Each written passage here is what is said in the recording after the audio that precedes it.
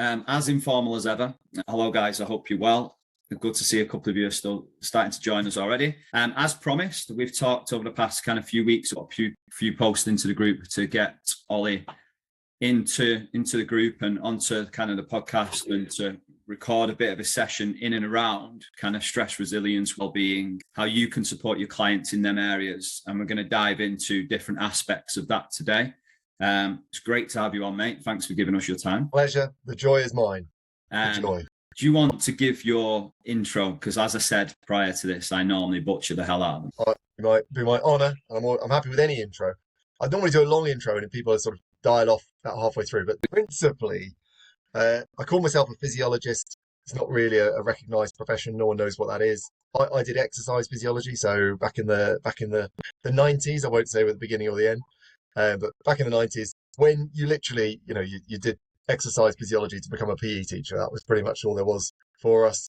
I came out of exercise physiology, went into health screening, where you go for like your annual MOT at the doctors, got really into that world, and worked with other professionals to try and create a slightly new profession that sat between exercise physiology, working with athletes and fine-tuning conditioning and performance, but also not medicine, dealing with acutely dysfunctional people or relatively dysfunctional people. And I got really interested in the physiology of well-being, as in what's the driving factor behind how well all three of us feel on this call now? What's the science of stress? What's the science of nourishment above and beyond body composition? What's the science of musculoskeletal pain? Most people get it. Most people don't have a big anatomical problem. And in that interest, I was able to then write the qualification that Nuffield used to create the health and well-being physiology team. So I was the original professional head of physiology at Nuffield Health, where we sort of took what nurses used to do and then made it into a new skill set, where we would take the sort of measures nurses used to take, but also now measures on heart rate variability to talk about stress, measures of antioxidants to talk about nourishment, and then measures of musculoskeletal quality. So we did biomechanical analysis to look at injury predisposition. So my role was sort of born out of creating that original physiology team, and then spent 13 years delivering the world's most advanced health assessment on Harley Street, sort of medical district. I've done that 4 times now, but these are phrases that may not mean anything to anyone. So there's a really bizarre medical street in London where every window in every building is some kind of medical or pseudo-medical offering, and it's a bit of a global centre for health tourism and in some cases medical excellence. And so for a long period of time, it would be a sort of £15,000 to come and see myself and the clinical team to do the sort of ultimate health MOT. And that was really interesting in seeing what is now available to be measured in human health and physiology, and what still can't be measured. And then latterly, probably a reason for being on the call, I set up Future Practice, which is an education, an ed tech business really designed to try and take fitness or exercise professionals and teach them lots of things that I've learned that would have been useful for me to know 20 years ago. And I set that up with Harry Jameson, who's a sort of well-known well-being consultant and prominent chap, to try and move fitness out of just movement prescription into broader lifestyle prescription, like guiding people on stress, sleep, toxicity, mindset, and a whole range of things that we feel are extremely valuable to the end product, but may not be traditionally trained in degrees or existing training. Also work as clinical director for a sort of a hospitality group called Pillar, who are trying to transform well-being delivery within hotels, and do some corporate well-being consultancy where I go to organizations and chat about why they could live a little bit longer and a little bit better if they change their behaviors. That's not too bad. No, you've done well there. And with the experience that you have and the knowledge that you have and everything that you've kind of been through over the years, we could dig into a hell of a lot, but we've chose to kind of stick in and around the well-being and stress resilience factor for, I suppose, and where that plays a role for the everyday kind of fitness professional in a commercial or a private gym. We talked before we seen you at PerformX, and we sat in your talk on scope of practice, and that's another broad discussion that we could go into. But I think first of all, if we could start again leaning towards the future practice stuff, like how would you define kind of the well-being side of things? And I suppose, is fitness ready for that whole well-being? Good question. I think no one knows whether anyone's ready for well-being because it's so poorly defined, right? So if you start with what is the definition of well-being? If you go to the sort of the dictionary definition, it's a state of being comfortable, healthy, or happy. So because that doesn't mean anything to anyone, it means that the biggest contributor to global well-being and wellness is skin creams, cosmetic products. So to an extent, anyone who makes you healthier, which is a bigger definition, but anyone who makes you happier or comfortable could class themselves as a well-being professional. So with such a terrible loose definition, you could say, yeah, fitness fits within there, but I don't think it owns well-being as much as it could. I think when I did the scope of practice talk that you fine gents came and supported me, and there were at least 3 of us in the room for that one, which was good. But on that talk, what am I talking about with scope of practice? It's the fact that I think the fitness professional can be the well-being professional if we start to reframe what well-being means. So for me, well-being is this idea of, is my physiology flourishing? And my physiology will flourish based on whether all the positive things that affect my physiology today outweigh all the negative things that affect my physiology today, over a chronic period, plus minus my genetics. Right. So today, across different domains, lots of things affect my physiology positively and negatively. And whether I feel good, and the biggest commodity of that feeling would probably be energy. So whether I have a good volume of available energy, that's cognitive energy to think clearly, that's emotional energy to bolster relationships around me, but that's also physiological energy to not be beholden to caffeine, beholden to stimulants, Monster energy drinks, other drinks are available, to being argumentative, to adrenalize myself, to being beholden to things that refined carbohydrates that drive more energy. Then I would say that there's an argument to look back at all the factors that interface with my physiology, positively and negatively, and try and get those scales in a better position. And I think what I found really interesting about well-being is it's done a little bit of what medicine did back in the day, which is subspecialized unbelievably, right? So if you go to Harley Street, there will be a endocrinologist looking after hormones, there'll be a gastroenterologist looking after your digestive, there'll be a neurologist looking at your neural system, there'll be a orthopedic consultant specializing in left knees, and again, heaven forbid you go to them with a right knee problem, because they've subspecialized so much down so they can be a really good surgeon or really clever at the complex stuff. We've divided the body into a whole load of biological systems that don't really exist. And well-being's done a similar thing. It's divided itself into movement specialists, and then you've got nutrition specialists over here, then you've got a sleep specialist, then you've got a stress specialist, then you've got a mindset specialist, then you've got an environmental toxicity specialist. And the body, again, it doesn't necessarily see the world in those different domains. It sees all the positive things that affect it and all the negative things that affect it. And some will be in the movement. Positive movement, if I go for a walk, that's positive. If I sit on my sofa, that's a negative inflection. If I eat nourishing vegetables, that's a positive inflection. If I eat hyperpalatable processed food, that's a negative inflection. If I go to sleep having just watched, something terrifying on Netflix, 2 seconds before I close my eyes, that's a negative inflection on my sleep. If I go to bed with rituals and routines, that's positive. Stress, same.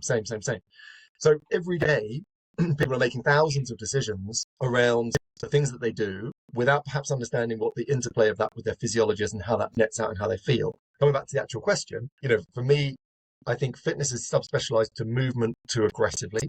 And of course, at all areas of health and well-being, there is that specific high-end need at the top end: athletic training, your CrossFit community, your aesthetic competition. The people who really need movement at a precision, precise, high level. But most people need movement and nutrition and sleep and stress and all those other things, and they need to be able to make a better informed decisions. And I think fitness should be able to be more of a holistic practitioner, able to give end-to-end lifestyle advice, not movement plus. Right? If I'm going to give someone advice on how to change their well-being, let's imagine they already move really well, and let's imagine they train quite a lot.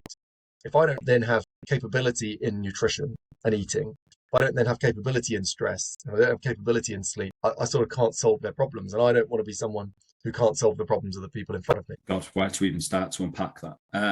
I think, first of all, just before we go into any more questions, I was kind of sitting there with my PT head on. I'm sat in a commercial gym. I'm fairly new to the industry because that's where most commercial gym PTs go and fitness professionals. Yep. And there is always this element of insecurity around knowledge of and then because of that, it can come across in probably a direct way, like we need to do more, I need to impress, I need to build value, I need to keep these people in my business. But also, we're dealing with people who, like you've just said, have mountains of stress that could come off in different directions and different ways, whether that's inactivity, poor nutrition, poor sleep, poor well-being in total.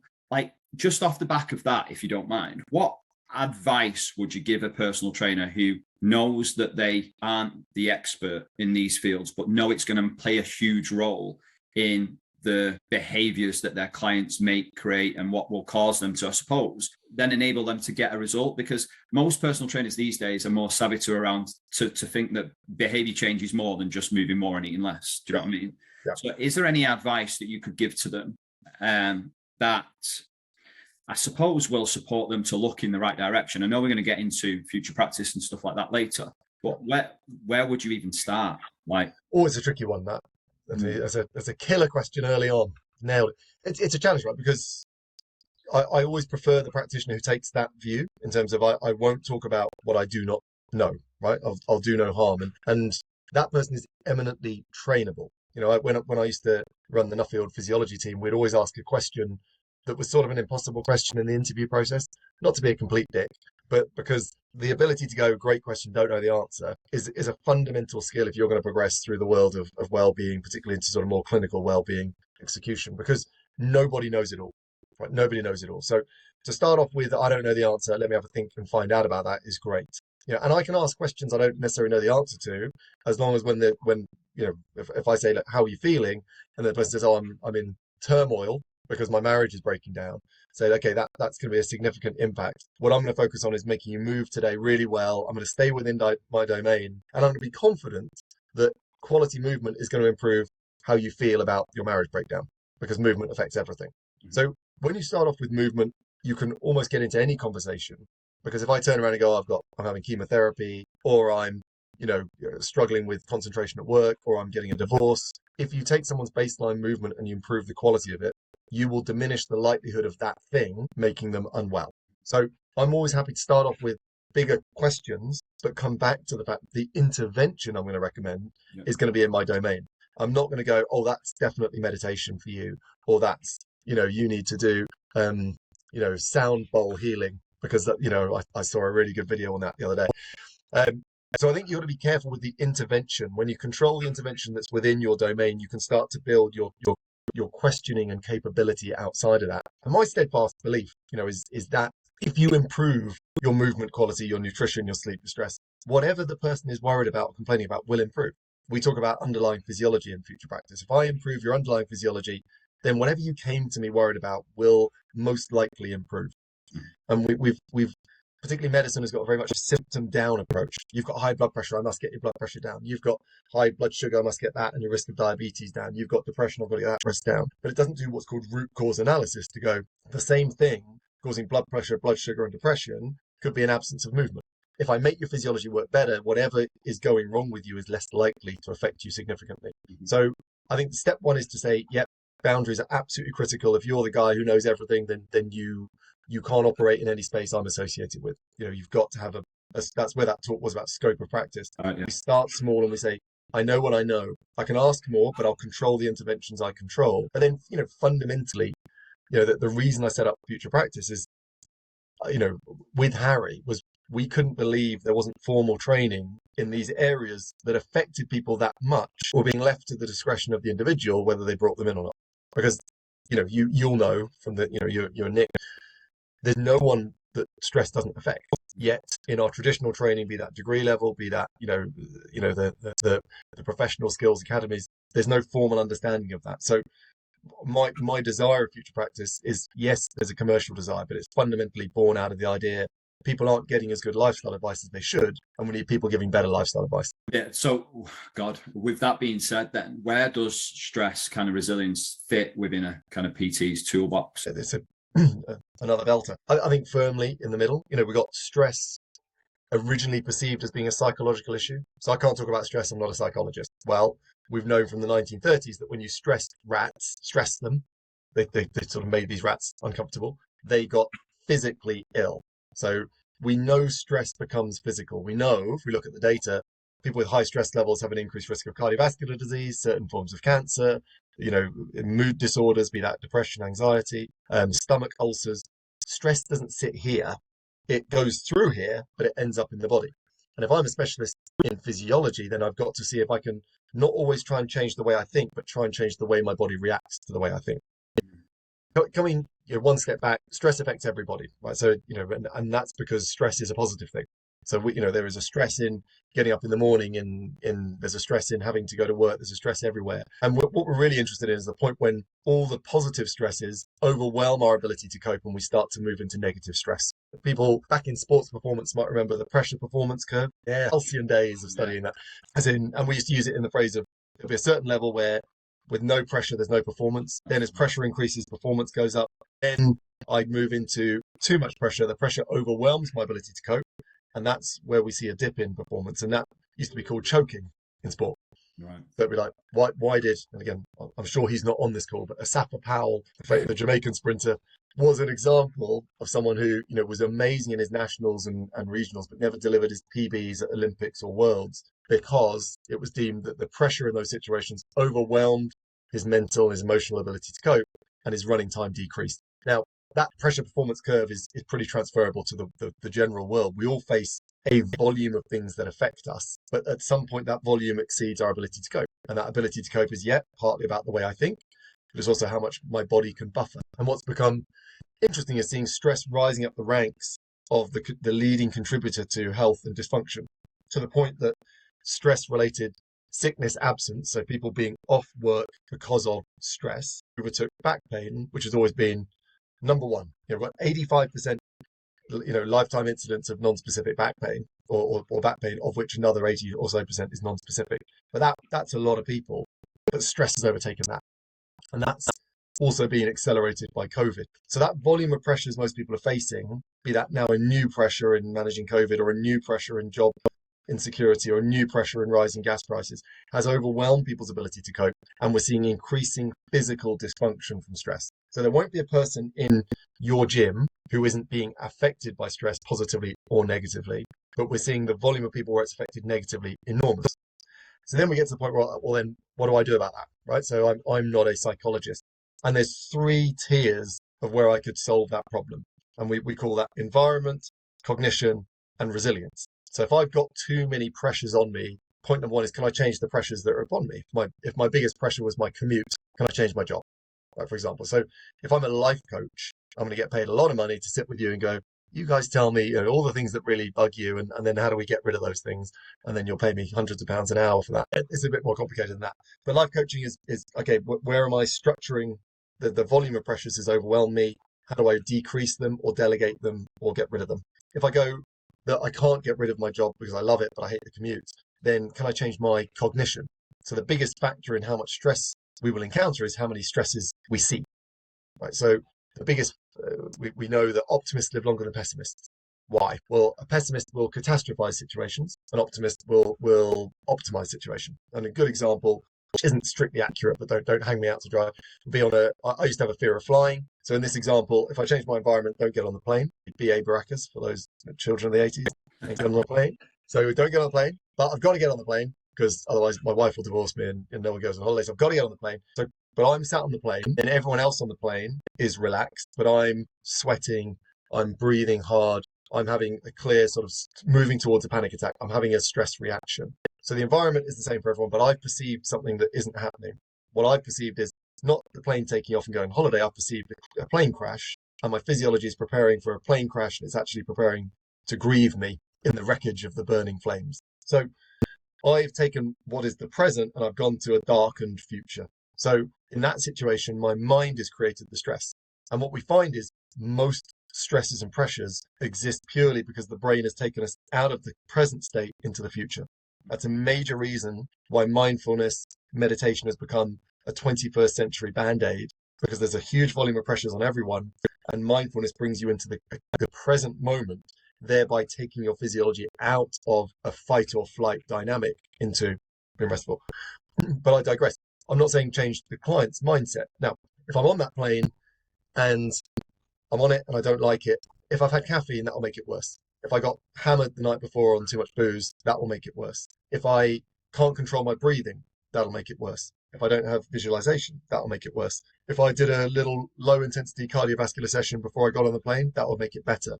If I, when I get to my hotel that night, get a proper night's sleep to compensate for the one I lost, that will make it better. So I can be on that plane with a fear of flying, but if I control my lifestyle, I'm less likely to get dysfunctional from that. And that's really what we're talking about with resilience, is saying, let's accept the world is the world. Let's not try and change the way people view it. But can we adhere to certain behaviors that would decrease the likelihood of the same thing making me unwell? And that sits in, how am I moving? How am I eating? How am I sleeping? How am I breathing? And these are things that we're being sent product information on. Wim Hof's controlling cold water breathing, Headspace are controlling meditation. Adaptogenic teas are telling us about, ashwagandha to mitigate excessive stress hormones. We've got a product-led marketplace dominating really what are the physiological traits behind resilience and being buffered from the impact of stress. I don't know if you've got any questions on this, Nick, because I'm about to, I was just going to ask some more, but I'm also conscious of time and we've got more questions. But can I just jump in just quickly? I know you'll probably have something to say, Nick, but do you know, I keep coming back to, like, I'm trying to bring this back. So a personal trainer kind of watching and listening to this, they've identified that, and clearly this also comes back to the understanding of the person, how you're coaching that level of understanding of the person, how you're listening as a coach and how you're asking the right questions, getting the client to reflect. And actually the clients now become self-aware that stress is, or them being stressed in numerous things, whether that's job, relationship or whatever, is affecting their progress in relation to their goal, right? Yeah. I'm a personal trainer and I'm a coach right now, taking into account what you've just said and I've just said. How do you approach that, apart from, obviously I've just gone through the communication side of it and the coaching side of it.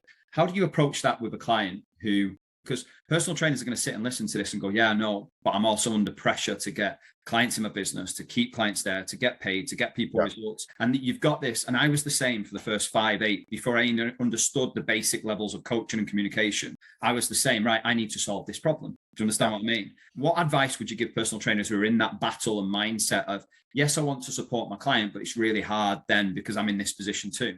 Yes, we need to do no harm, but at the same time, is there any advice that you would give off the back of that? It's a good one. And I'm not pitching the course, but I covered the process in the course, because you've got to get onto safe territory first and foremost, because there you're right in the mix. Am I going to be talking about someone's divorce? Am I going to be talking about things? I think the interplay between the word stress and the word recovery is really important, because recovery is safe territory, stress isn't. But what is the actual physiological impact of excessive stress? It is that we go into a neurological state of hypervigilance and a physiological state of hypervigilance, i.e., let's go back a step. We know our body never really evolved to deal with stress that was non-physical. Right? So I'll deal with, an argument with my wife in the same physiological pattern as I would deal with someone, pulling a knife on me on the high street. In both situations, my body recognizes threat, and in both situations, it prepares me physiologically to get out of danger. What we've got, and that's what we used to call fight or flight, or stress and fight or flight. That's an interesting example, because when I first started measuring the impact of stress, I thought on executives, I'd find them super stressed. I'd find them in a state of super fight or flight. So it'd be my job then to try and get them out of that state, or change the things that were putting them into fight or flight. What we're seeing with stress when we measure it, and we can measure it through heart rate variability and cortisol, and I'll talk on those more if interesting, but you can quantify whether someone's being overwhelmed by stress. And the byproduct is, when you look at most people physiologically, they don't have too many fight or flight reactions. They have inadequate rest and digest reactions. I.e., if I looked at the physiology of the average, stressed executive at 6, 5, 7, then they are inadequately recovered rather than excessively stressed. Now, physiologically, they're the same thing, right? In technical layman terms, I'm talking about an inadequacy of parasympathetic nervous system tone, which again is the raw piece of information I'm looking at. In that situation, I would say an inadequate baseline of physiological recovery means I can't get the gains from my session, because, as you know, training is damage, recovery is growth, right? So I don't grow when I'm training. I create inflammatory signaling. I tear apart human physiology, because my body recognizes that it couldn't deal with the weight I was lifting. Now it will rebuild itself to a higher capability over the following period. That only works in the basis of quality recovery. So recovery is the bedrock of growth, and that's growth both musculoskeletally, that's growth aerobically, that's also growth emotionally, in all things. We need rest to grow. Perpetual being ready for stress kills the quality of our recovery. And so when I'm looking at a client, I'm saying, first of all, there's obviously Q questions, there's structured conversation to have about this, but I'm not going to, I think you're too stressed. I'm saying, this pattern looks like you are paying insufficient attention to recovery. And what are the things that bolster recovery? It will be perhaps reduced movement intensity and frequency, perhaps, or perhaps increased. But it will probably be a diet richer in fiber where I have to chew, which engages digestion. It'll probably be a breathing pattern that's less upper respiratory, more diaphragmatic and slower. It might be some hot cold exposure. It will certainly be your relationship with sleep, which is your richest source of recovery and the area most affected when your body believes there to be a perpetual threat. Right, so if I'm in that overwhelmed situation, sleep is completely counterintuitive because it's when I'm vulnerable. So I'll never let myself go into slow wave or deep sleep, because if I believe evolutionary that stress is a likely physical threat, in deep sleep where I'm truly disengaged physiologically, I'm most vulnerable. So the average person who's, again, overwhelmed, has got too much stress, is under-recovered, and that absence of recovery will kill their ability to get gains. It affects their immune system negatively, it affects their digestion effectively. And in many cases, you could draw the physiology of under-recovery to the modern health problems we see. Diabetes, stomach acidity and reflux, depression and fatigue. All these things could be drawn with either a hard line or a penciled line to inadequate physiological recovery. So my starting hypothesis with my client is, unless you're flying, and I'll judge it on your energy, I'll judge it on your progress, all those other things, then it's likely adding in more recovery strategies will get us to the result you're interested in quicker. Cool. Nick, I don't know if you want to dig into that further, mate. I'm hogging this. I'm aware I'm hogging it as usual. Real simple. I think my question is, how, if PT's watching this back, how do I sell that? Yeah. So how do I package that up, or do you know what I mean? How do I bring that to the market? I think it's a simple but perfect question. I think, on one level, what we're talking about here is, on a simple level, is being more effective, right? So I had a client once who had a personal trainer 5 days a week, was fundamentally on a calorie restriction. They were doing a food delivery through one of the homemade, fresh fitness foods, etc. Delicious, nutritious stuff, but on a severe calorie restriction. And they were coming to an advanced medical clinic because they couldn't lose weight. So we're assuming there was going to be some kind of hormonal intervention. What we found when we measured them physiologically, and we used heart rate variability, that they had inadequate recovery. And that was hindering weight loss despite the presence of a calorie deficit. And you can argue about whether everything's calorie deficit or not. In most cases true, but not in all cases. So we had a situation where we had a genuinely odd scenario. We then reduced training volume. We swapped from HIIT to Pilates. We added a lunchtime walk, and we took away the calorie restriction, and that individual lost weight significantly. Not only did they lose weight, they came off a medication for their blood pressure, a medication for diabetes, a medication for depression, a medication for stomach reflux, and a medication for a sore knee, an anti-inflammatory. Why is that relevant? Because if you only coach clients on 2 domains, you can't be as effective as you coach on 3. Right? If you don't have recovery as part of your skill set, truth be told, you cannot be as effective a coach as if you've got all 3. If I've got 4 or 5, then I become a broader coach, and you're becoming a lifestyle coach, not a movement coach. So what's the benefit to the individual? One is, and like any toolkit, I don't need to bring it out every 5 seconds and go, I've got a hammer. I don't need to bang a nail in. I don't need to bring it out. But most people, you will get their well-being to a much heightened state by increasing their movement quality and frequency and their nutritional quality, but not everyone. And if you're working with clients over the age of 35, then what you will see is the value of recovery, and let's call this the ability to disengage, engage digestion, go into sleep cycles, will come up to equal, if not greater, right? So human physiology up until, the point of reproduction is pretty bulletproof. We've got stem cells coming out of our ears, testosterone for males, estrogen for females. Then you get into this sort of andropause, perimenopausal, where life ain't so good anymore. The body's giving you a chance to reproduce. Stuff starts to go downhill rapidly. And the process of recovery or recouping energy becomes absolutely biologically critical. So if you're someone who's got away without ever coaching on sleep, has got away without coaching on breathing, on breaks, on relationships with caffeine and alcohol, then you're probably either training young people, or you're not training people over such a long period of time that you've been able to gauge success, or you're coaching people who are in a fantastic state of flow, which might also be true. So my first point to that be, you will be a better coach at what you do. Now, can you commercialize that straight away? Not necessarily. You can rebrand yourself as more of a lifestyle coach. You can say, I'm capable in stress resilience training, and add that to your 17 kettlebell qualifications you've got underneath your name. Won't have a great market value. Why I built this course is partly for more effective coaching within the gym environment, but also interested in selling skills online and in corporate environments. So I spend a lot of my time doing talks to organizations because we've already got a pretty educated person by the time they've turned up in the gym, right? So if you've never done a talk to a room full of people who don't go to the gym, you will be staggered by what is understood about health and well-being and what is misunderstood. And so we have a biased population by the fact they've already understood they need to do something. They've already understood the gym is a place where they may or may not fit in. And that's why we're stuck at 13, 14, 15% population. What I'm talking about is a product that you can then deliver to the other 87%. And that could be online, or that could be going to offices of organizations and delivering a lunchtime talk on stress resilience, which I promise you is going to be more interesting to them than a talk on this is 15 different ways to get your body fat from 11% to 9. Yeah. And that's me being biased, right? So I know that lots of the PTs in your group will do real good health and well-being work and will be at differing levels, but it's about what is the commercial opportunity of owning the well-being space from the fitness perspective. If I go and do a lunchtime talk at an organization, be me from my exercise physiology background, there'll be a life coach, there'll be a physio, there'll be a doctor. It's a wild west. There's no well-being professional. And I think fitness movement prescription is probably the most complicated of the domains. So fitness, adding nutrition, then adding stress resilience, recovery, whatever you want to call it, is the most logical way to build a complete well-being practitioner versus fragmenting ever further. Just on this, because I know we're going to move this forward into, I suppose, wrapping this up at the end of going, right, well, how can I take all of that and put that into a service and so on, which you just touched on there.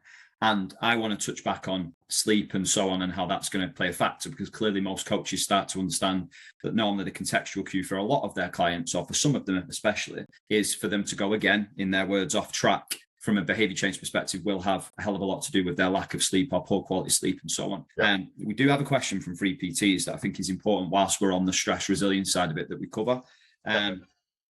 So they've put that we all have clients who struggle with their mental health. We tend to typically listen and become a sounding board. If you was to give one piece of key advice to supporting this, what would it be? Taking into account this is not an area any of us specialise in. That's a brilliant question. I think mental health is a really tricky area because people always think to change mental health, you've got to change mindset.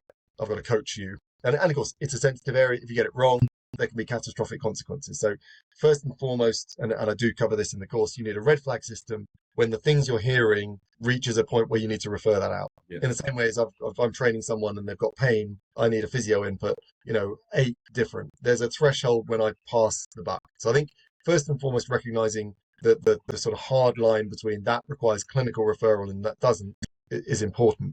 I think we've got to look at mental health and say that if you work with a good psychologist, recently they'll talk about a psychophysiological model, which is how much of my mental health has been driven by my physiology.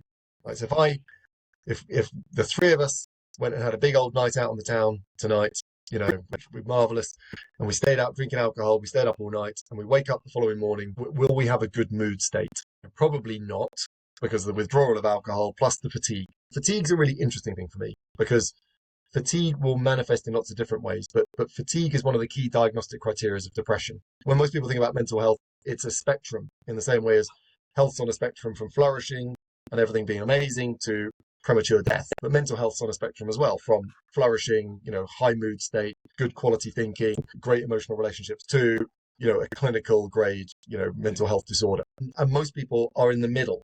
So we all have mental health as a crucial phrase, and it wavers much like physical health, but it's deeply entwined. And one of the key diagnostic criteria for depression is fatigue. You've got people going in to doctors' offices with a 7-minute consultation window saying, I wake up in the morning without any drive, I can't see the point in anything, etc. If I keep someone awake for 3-4 days, they'll feel similar to some of those things. Now, I'm not saying all depression is being misdiagnosed as fatigue, but what we've got is the opportunity to say, look, I hear you about those things, and sharing and talking is still, point number one with all mental health. What I'm going to try and do is create more available energy so that whatever's going on will affect you less. Same principle if it's chemotherapy, same principle if it's IBS. I want to release more available energy so the symptom you're suffering from will affect you less. And if I release more energy physiologically, we see a massive impact on neurology and mood state.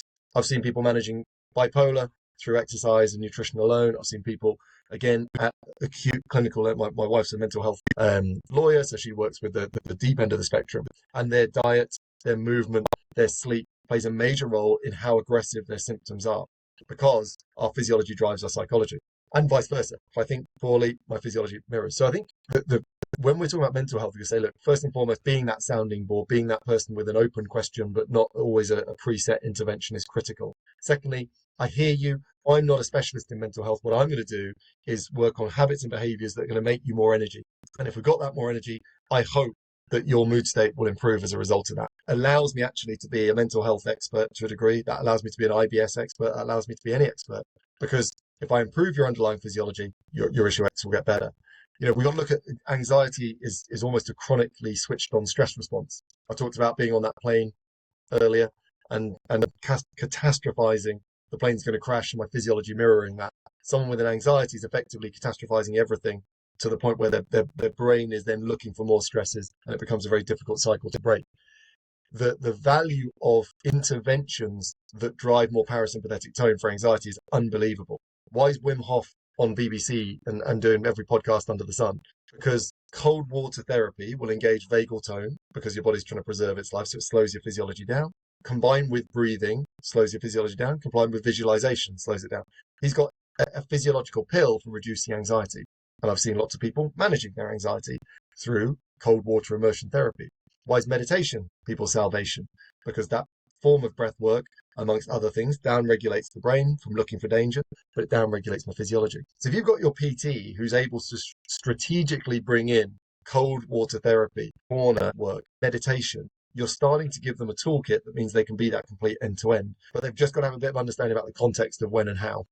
Yeah, and it's measuring that, isn't it? That traffic light system obviously will be your identifier of what to do and when. And I suppose it's being clearly, this always depends, and being as client-centered as possible. And I think what you've put in there as well from the question is being the sounding board and listening. At the end of the day, that's the core principle of being a great coach at the end of the day. But having some type of framework there that you can rely on, and it can lead you in the right path to be client-centered for that specific person is huge. That's huge, because a lot of it, and I've probably been guilty of this in the past, is you want to help, so you want to suggest, you want to give advice, but sometimes that's not the best option, even if that's from your experience, or even if you've personally gone through something very similar.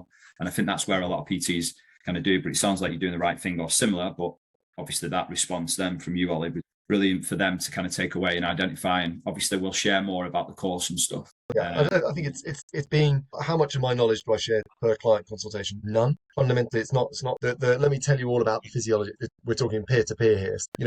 The image of an iceberg is absolutely the right image. All this information sits below. So I'm going to give you the one bit of advice that's going to be the most impactful. Where I think that the future can lie is that one piece of advice may not be in the movement domain. It may not be nutritional. It may be other.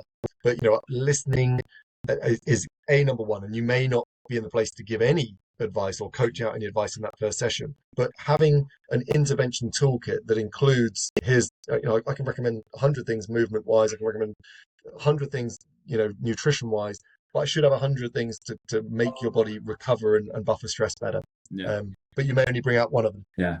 God, I could delve into this, because this, at the end of the day, the core principle of this is understanding the person and coaching effectively off the back of that understanding, helping them become self-aware, solve their own problems, and the interventions come off the back of that understanding. But I think where it lacks, as you've kind of said, is for a PT to have something to find confidence in, to rely on and go, actually, if I identify this and this is where it should lead me to asking this type of questioning, if that makes sense. Totally. And so in the course, I built a crib sheet that guides you through that conversation, because I didn't want to leave it to chance. Again, your point again, we're talking about limiting factors, right? So in science, if I change a factor that's not a limiting factor, it doesn't change the outcome. So if someone moves loads, nourishes well, doesn't sleep, change sleep and you change everything for them. And what we're trying to do is get the coach to have that limiting factor approach, not to go, let me load more movement on top of movement, not losing weight because you're at 75% heart rate, let's go to 85%. I'm not creating enough post-exercise oxygen consumption, let's slaughter you with HIIT. If they're doing well in that domain, it isn't the solution, because it wasn't the problem. Yeah, and there's a reason why, and I used to get frustrated by this, but when you go to your doctor and you go with a specific problem or a specific disease or a lifestyle disease or whatever, and there's hundreds of thousands of different diseases with millions and millions of different people, they always turn around, well, it depends. Like, it might not be this, it might be this, this is how I might treat it, this might, and you get frustrated by that because you want to be told a specific answer to it, don't you? Totally. And it's very much like this in this sense from a coaching perspective. We mentioned before fatigue and sleep playing a massive role in that, where clearly a lot of coaches are, it's becoming common sense for them that this is a huge contextual cue for behavior change and so on. Yeah. Where do you think a kind of Fit Pro PT plays a role in kind of sleep coaching? I think sleep can be overcomplicated and hugely brought to a simple basis. I think understanding the physiology of the two main reasons we fall asleep, so understanding circadian rhythm and understanding sleep pressure has great value to say, look, if you've got someone who doesn't wake up restored, there's a good starting point whether sleep's effective or not, regardless whether they wear a Whoop or a Ring or they map, their sleep. They wake up unrefreshed. Is there an opportunity to get more quality sleep? But the things that affect sleep are mostly environmental behavioral. Right? So most people don't have a sort of a chronic insomnia. They have a poor relationship with caffeine, which they haven't understood. Most people have not understood the role of alcohol in decreasing muscle tension, but increasing neurological stimulation. So alcohol helps my sleep latency, fall asleep, but kills my sleep depth.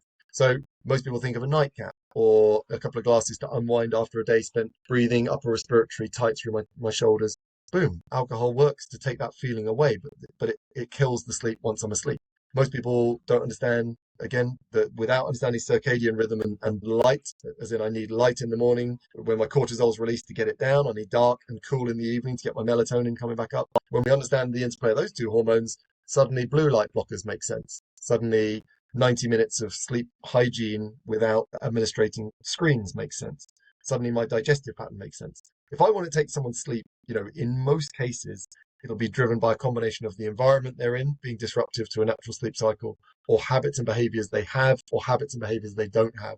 If I'm sat there with my toolkit and someone's going, I don't sleep well, I'm going, it's blue light. Well, not if they're not doing blue light, or if it's caffeine, not if they drink decaf, or, it's sleep hygiene, not if they have a lovely 90 minutes before bed. So I need a range of things that, again, allows me to get to that limiting factor approach. But I don't think I've ever met someone who sleeps poorly where I haven't found something in the general domain that they were doing that would directly affect their sleep. And then you've got the coach's chance to go, I can't say whether that's causative. So I can't say whether your relationship with caffeine is the reason you're not falling asleep properly. But what I'd like to say is it's logical. So let's exclude that and let's see how you go for a 6-week period. We know the benefit of the coach is not every rule applies to every person. Some people drink caffeine and sleep fine. Some people don't detoxify caffeine because they've got a genetic inadequacy to do so. So a morning coffee is still playing its role as they fall asleep at 10:30. So I think sleep coaching should be absolutely a part of every individual guiding people on lifestyle skill set. And the fact that it isn't and hasn't been sort of driven is of concern to me, particularly working in clinical practice where if you don't sleep well, you'll be dysfunctional. And of course, I'll wake up tired, so I don't want to exercise. And of course, if I'm tired, I want more refined carbohydrate. And people walking around going, I've got no willpower. You're knackered, right? You're primal. If you're knackered, you're going to want refined carbohydrate and you're not going to want to move. And of course, breaking those patterns is absolutely fundamental to getting that sleep back on track anyway. No. That's good. It's a good rant. Yeah, it's a great rant. Nick, any questions on that, pal? No. Just taking it all in. Yeah. Just off the back of that, obviously we've talked about loads. We've touched on stress resilience. We've touched a little bit on well-being, but we'll delve into that a little bit more in a minute. Obviously, we've talked about just sleep and fatigue and how it plays a role. And I suppose where the role comes back in for a coach, which is being a coach, which is asking great questions, self-reflection, helping the client, I suppose, go through a troubleshooting guide in their own mind of these types of things that they could be doing better, and then they act on them, measure them, and see what happens from there. So it's just good coaching. So we've got all of that. Is there any kind of main kind of skill gaps that you see, or just gaps within from a fitness professional perspective? Like, what are the missing pieces within kind of the modern kind of fitness professional? And off the back of that, if that, whatever that missing piece is, in your opinion, what's the future for fitness professionals within the wellness industry? I think it's a challenging question, that one. I think there's still a great career within fitness doing fitness, right? So, where I'm coming from is, what about the 87% not in the gym? What are we just making healthy, well people more healthy and more well? Or are we really tapping into the fact we've got a lifestyle disease epidemic, an obesity epidemic, a diabetes epidemic, and that group haven't traditionally engaged in the fitness community until they've got such a chronic problem that they're in a special populations category. right? So I'm interested in preclinical, which is everyone. We're all getting unwell. Human physiology pretty much degenerates from the day it's born. I'm interested in slowing that down and optimizing it. What's the future? I think for there's more and more people interested in how they own accountability for how they feel and function. And we recognize medicine, it's not medicine's job to keep me well. It's medicine's job to bring me from dysfunctional back to non-dysfunctional. What's the definition of well? Well, the World Health Organization says it's a complete state of mental, physical, and emotional well-being, not merely the absence of disease or infirmity. That's not your doctor's view. Their job is to take you from you are dysfunctional to not dysfunctional. They don't have in 7 minutes the scope, the culture, or the training to optimize you. So the optimizing of me, as in making me flourish, making me not become unwell, has sat purely with me, but I've never been told that. So individuals don't own accountability for their own well-being. And when it goes wrong, they buy products. So I don't feel well, I'll take a B vitamin injection. I don't feel well, I'll do meditation. And so no one's curating the average person's well-being journey. You're coming back to that definition of well-being. No one's helping people get the blend right between all the factors that positively affect your physiology versus those that negatively. No one's getting that. No one's helping individuals with that. So I think there's an opportunity within fitness to step into the well-being space, both within and outside of the gym environment, by being an expert in how we move, how we nourish, and how we recover. And I would put stress and sleep within recovery. Equally, there's some skills in mindset and toxicity I think are relevant. And toxicity, I'm talking about environment, light, pollution, etc. But those three effectively make you a compelling coach. And most people, particularly those outside of the gym, have low health literacy around one, two, or all three of those topics. And if you go to the average person, they've curated their lifestyle out of a dinner party conversation here and and an article I read in GQ there, and my sister tried this and that was good.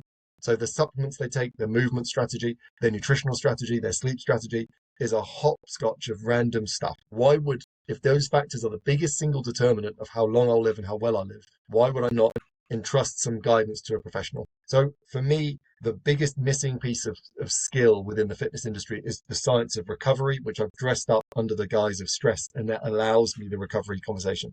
And that's why I wrote this course first. And if I got hit by a bus tomorrow, it's probably the best bit of legacy of the 23 years of learning I've had. Piece I felt was the missing piece, and I feel that piece allows a fitness professional to commercialize their skills outside of a gym, in a forward-thinking gym, or directly into corporate offices if they've got the nous to do so. Which is perfect. I'm just going to ask a question. You brought that to a point. In that sense, we've talked a lot recently, haven't we, Nick? Sorry for all my pop-ups here. We've talked a lot recently to PTs who are not just wanting to rely on social media marketing for their business, and they want to get into local businesses. Clearly, post-pandemic, they know there is going to be, or we hope there is going to be, an inherent kind of focus on well-being within offices, within corporate well-being. You know this is your part, Totally. right? Totally. So I'm stepping into your world by saying this, but personal trainers, what I used to do in the city centre of Manchester, I used to go and find HR, and I used to basically build a relationship. And then I used to go, right, well, what did he struggle with? Well, lower back care, because I've done that qualification, or nutrition, because I've done that qualification. Right, let me come and do some seminars and so on.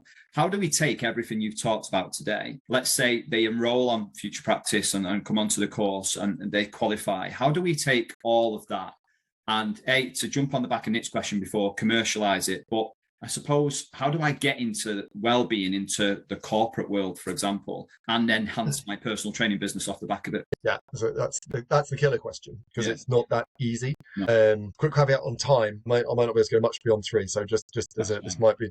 I think that the first and foremost thing is we've got to stop talking about fitness and nutrition and start talking about what people are interested in, because people aren't. Right? People are interested in how they feel. So I go into corporates, I talk about energy. I'm going to increase your energy. I talk about stress resilience. I'm going to make you more resilient to stress. I'm going to increase your performance. And it just so happens the way I'm going to do that is by changing how you move, how you nourish, how you sleep, or how you deal with stress. So if we want to go to corporate well-being, we have to get over the fact people are interested in the world that we're fascinated by. They're not. They're not interested at all. In fact, the opposite. They're bored of it, and they've been excluded from it, and they in many ways have false judgments. Maybe they're not all false. So I talk about feeling, and I translate that feeling into a business benefit, as in I will give your people more energy, that will reduce absenteeism, that will increase performance. You to judge that, not me. Then I go in and I'm not talking about movement, I'm not talking about nutrition, I'm not talking about sleep, recovery, I'm talking about lifestyle. So I go in as a lifestyle professional talking about energy, and there's my immediate who isn't interested in that. Now if they're not that interested, then I might go and do the first one for free. But the second one, I talked about this on a recent future practice community discussion, first one will be at £500, and then kind of build that up. And there are professionals in this sector doing lunchtime talks for £2,500, £3,000 for a lunchtime talk. They are literally talking about, this is the benefit of movement, this is the benefit of a plant-based diet, blood sugar control, fasting, not fasting, and this is how you fall asleep. But they're talking to an audience who haven't had that information in one setting compressed together previously, and in a way that is all doable. This isn't pie in the sky stuff. So I think that there is a thirst within corporates, and we looked at most companies called SMEs, small to medium enterprises. There's 1 million of them, and 85%, I think, don't have any wellbeing infrastructure or strategy whatsoever. If you're in a local gym that says, listen, I'll come and do a talk on increasing the energy of your employees, if you can't get them for free, then you're never going to get it, because you're not much of a salesperson, and you've got to sell.